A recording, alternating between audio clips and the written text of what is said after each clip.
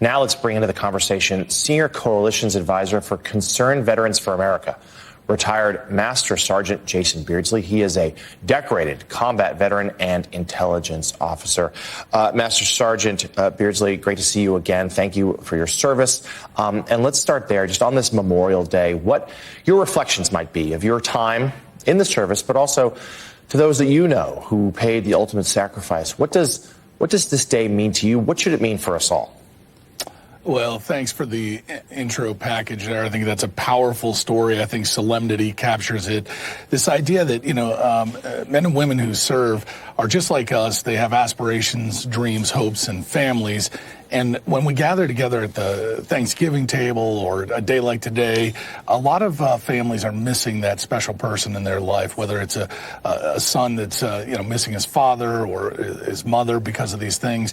And it's important for us as Americans just to remember that these men and women served so that the freedoms that are ennobled and our great founding can be upheld. The principles of democracy, the principles of freedom, equality, all of those things that are captured by this great country are really represented by the men and women who volunteered to go into harm's way and then paid the ultimate sacrifice. It's a sad, somber reminder, but I like that in the end of that package you ran, you leave people with hope and how to make this nation even greater. I represent the Concerned Veterans for America, like you said, and our mission now is how do we ensure that sacrifice is actually paid forward so that veterans and others in the American fabric are treated the way they ought to be.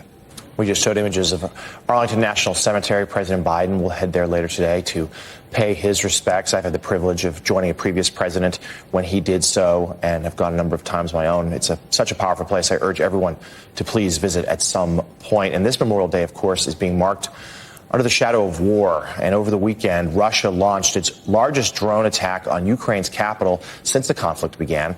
According to Ukrainian officials, 54 Iranian-made drones were launched into Kyiv on Saturday, and 52 of them were shot down. NBC News was not able to independently verify those numbers. Ukraine says the strikes targeted military facilities and critical infrastructure there. The air alert that warned citizens of incoming attacks lasted more than 5 hours. At least one person died after being hit by falling debris, while a shopping mall and a warehouse caught fire, according to military officials. The strikes on Kyiv followed an attack by Russia on the city of Dnipro on Friday. At least 2 people were killed and over 30 were hurt when Russia launched a missile into a hospital. So, Master Sergeant Beardsley, let's get your thoughts about where things stand in this conflict. Bakhmut has now largely fallen to the Russian forces. Russia continues to lob these missiles on, frankly, civilian targets for the most part there in Ukraine. And the world is watching and waiting for Kyiv to launch its counteroffensive, which will perhaps be so vital to charting the future course of this war. Where do you think things stand right now? Well, it's very sobering, again, to talk about the direct costs of war here. When you saw the Iranian, drones attack, you're seeing a lot of this sort of escalation of warfare. And that's the risk here is every stage of this game, we keep ratcheting up what is the direct costs of war. In this case, we have a lot of layered defense that the British and the Germans and even the Americans, of course, have contributed to. So they're able to knock down a lot of these air assets.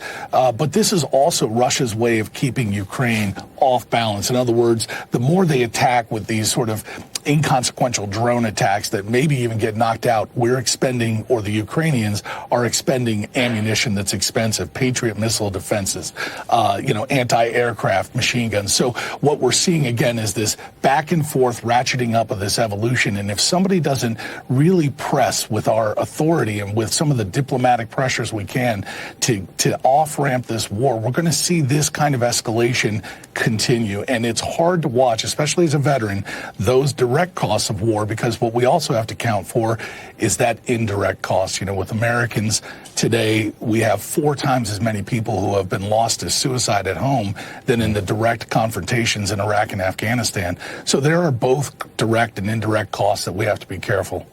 And those indirect costs seem to mount by the year here in the United States. Certainly we are thinking of all those veterans today on this Memorial Day. They do. And Jonathan, just let me say, with that indirect cost, that's why it's important for folks to hold our representatives accountable, and get the health care to the veterans they need. VA health care reforms go a long way to helping the mental health of those people who have suffered these trauma causes. But today, we ought to remember those who have fallen and given the full measure. That can't be underscored enough. Retired Master Sergeant Jason Beardsley, thank you for being with us, and again, for your service.